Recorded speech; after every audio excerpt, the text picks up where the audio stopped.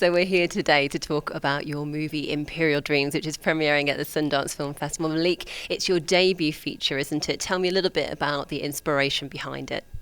A couple years ago, I met a young man named Bobby Yeye Jones, and he inspired me to kind of look deeper into his culture, and he started kind of opening up access to his world. And through that process, we kind of fictionalized this story that we came up with, Imperial Dreams. And over the course of this process, we've worked with a couple different labs, with the Sundance labs and another lab out in Jerusalem. And our great group of producers at Super Crispy, Andrea Sperling, Jonathan Schwartz, and Catherine Fairfax Wright. And we've just been developing it. And through the process of having all these great storytellers involved, we just kind of came up with this.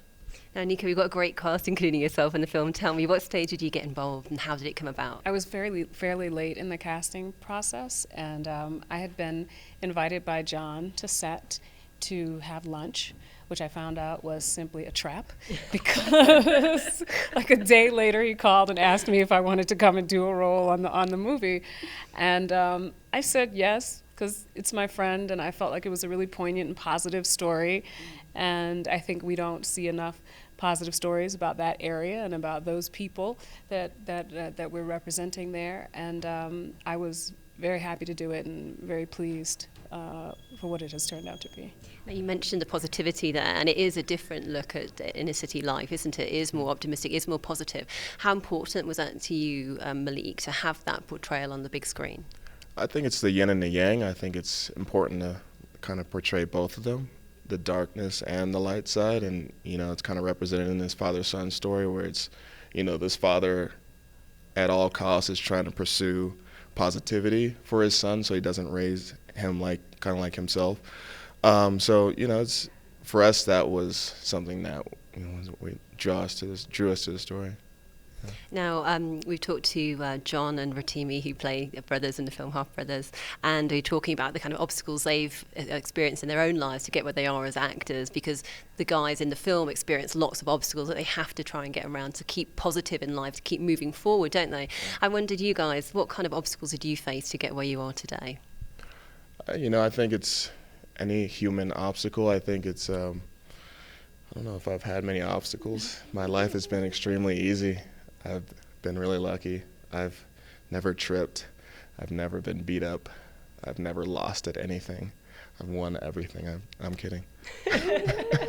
No, you had me there. I think it's like today. Today is the day at Sundance where it's what's it called, free fail, where it's you got to see failure as part of the process, and I think it's just how you kind of just incorporate that into your process, so when something happens, it's just how you respond to it. That's a lot of what this movie's about, is once he faces challenges, how this character responds to them. Absolutely, because there's a moment, I think, when, I can't remember if it's Wayne who says to his brother that, why are you so happy? Why are you so happy at the moment? Because obviously so many things are going wrong for him, but he's still trying to keep positive, for himself and his kid as well. Yeah, I mean, it's a different kind of culture where you don't really get to express yourself too much, because you don't want to put that side of yourself out there, because you might get a little weak, or you might, you might, it's the hardest part of that culture is a lot of these young men are kind of not allowed to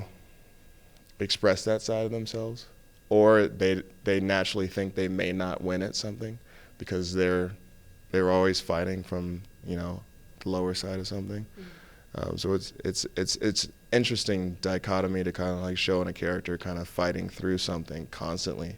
It's almost like a superhero quality that this character Bambi has, where he's constantly fighting and you expect him to crack, and he does at times, and it's just, for me, it's still very attractive to watch, and I still go watch dailies by myself, and it's just fun to watch. How about you, Anika? What about obstacles you faced to get where you are now as a successful actress, also singer as well? I've been very lucky. I've been very blessed to have family that supported me in my endeavors from the beginning. I was never told to major in something else in school or have a fallback, and I didn't realize how rare that was until I spoke to people around me or saw people sneaking to take theater classes because their parents wanted them to take medicine or something.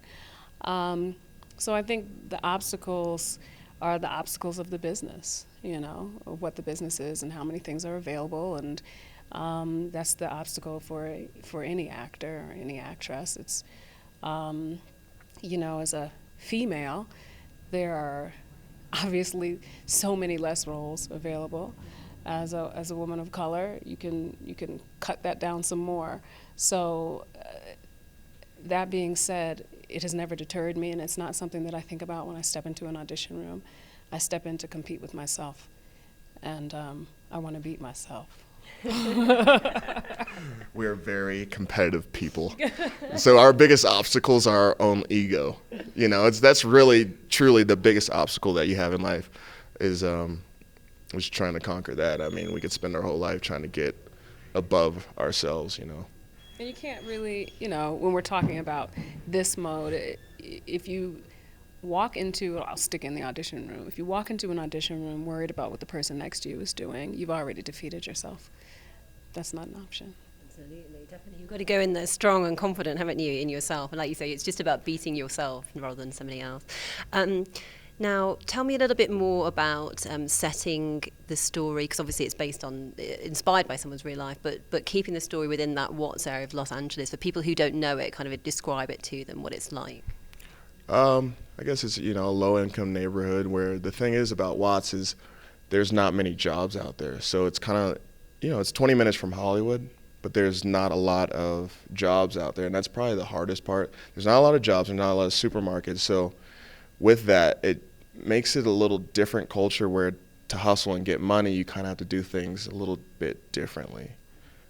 So you may have a different hustle to feed your family. You may be getting government support, and that kind of changes everything culturally. Any low-income neighborhood in the world is pretty much the same, where people are surviving.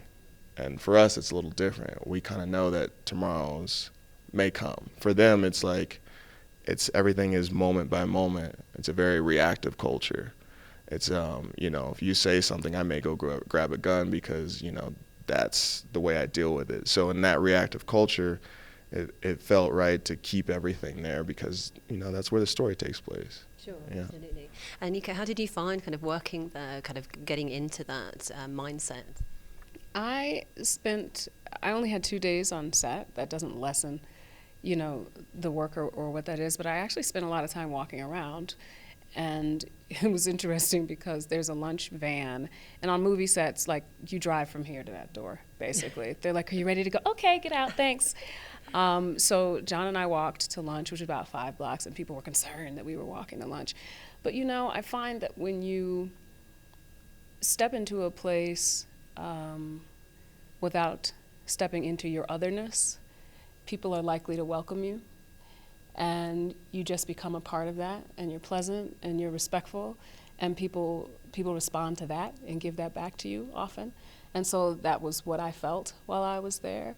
And it was interesting. A couple people recognized me, but they were just really respectful of what we were doing. And I think that the part of that is people being happy that their own story is being told, and being told in a way that is inclusive, as opposed to people coming from the outside and feeling like they know everything about something, so they don't need any help and they don't need your stories because we've got this story that we're going to tell. So you can just step over there behind that tape and somebody will deal with you later. That's not the feeling that was on this set, and I was very thankful for that because people have to have some sort of control over their story, or it becomes dangerous and very untrue.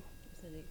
Yeah, from the beginning, the residents inside the Imperial Courts housing project welcomed us. So it was, it's a family. That's the only way we got to shoot there, is by them allowing us to have access. And, while we're shooting there, it'd be just a family. It just became a community of people. So, we're thankful to be able to have them allow us into their homes, because it's not like you're just inside of the projects. We were in their home that they allowed us to come in and make the story. Right, because it's not like a set was built. Yeah, we were in somebody's apartment. Yeah.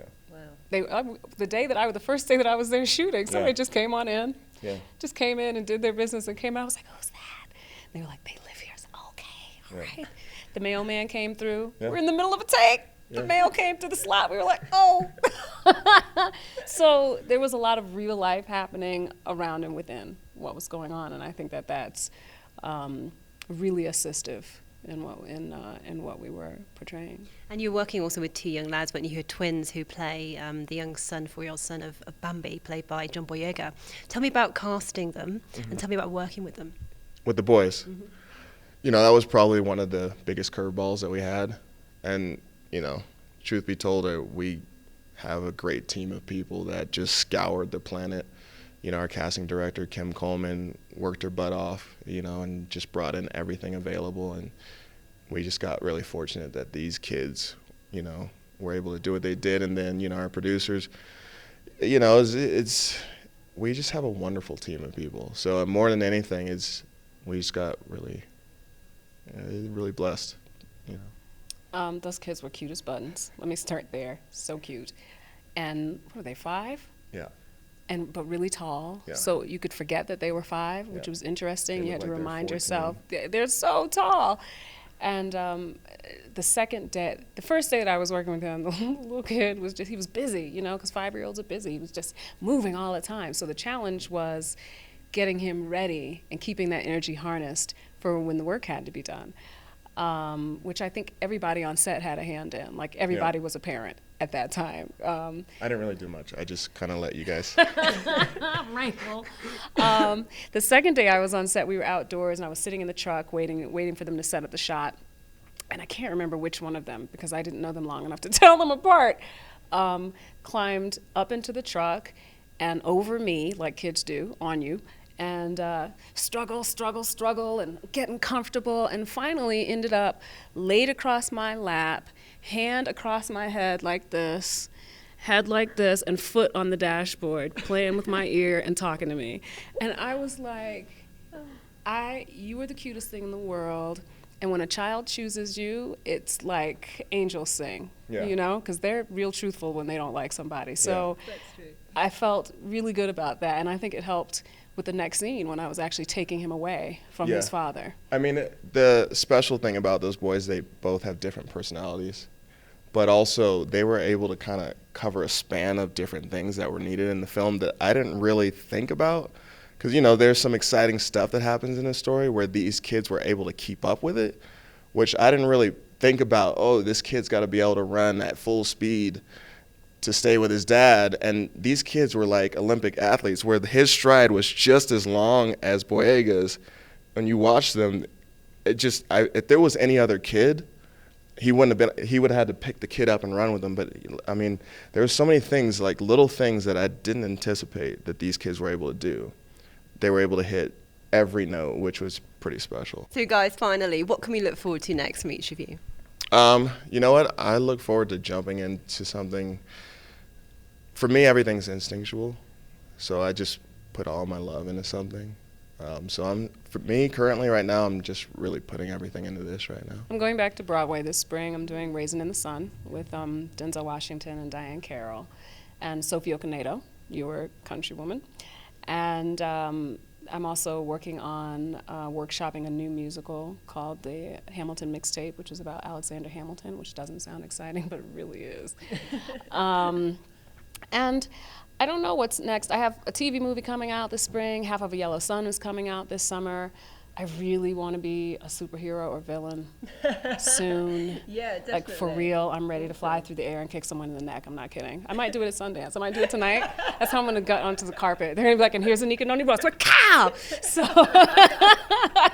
that's what I would like to do. You know, and, you know, you never know what's going on in the future, but I'm a big J.J. Abrams fan. I love Corey Fukunaga, who is not a superhero person, but is sort of a superhero in film. Yeah, Steve McQueen is a given. I've loved him since Hunger. I think he's just an artist. You know, and I look forward to just continuing to be able to do things that fulfill me artistically. You know, we got paid a lot of money to do this movie, and no, we didn't. But, you know, it's important to be able to do things because you want to do them, because they feel good. I hope to continue to be able to be an artistic performer. And I hope in the next year that comes with a check. We paid her in love.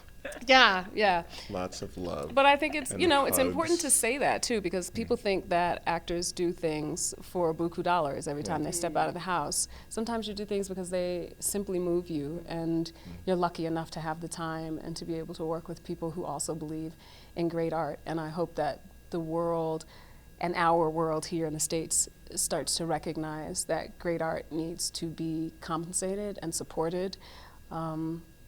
We need a film council or something that will continue to be able to make art instead of solely supporting something that could have a sequel or a fifth installment. We need to start to be supportive of stories because they are moving. What a great place to end it. Thank you so much for talking to me today, guys, and lots of luck with Imperial Dreams, and look forward to seeing all your future projects. Thanks.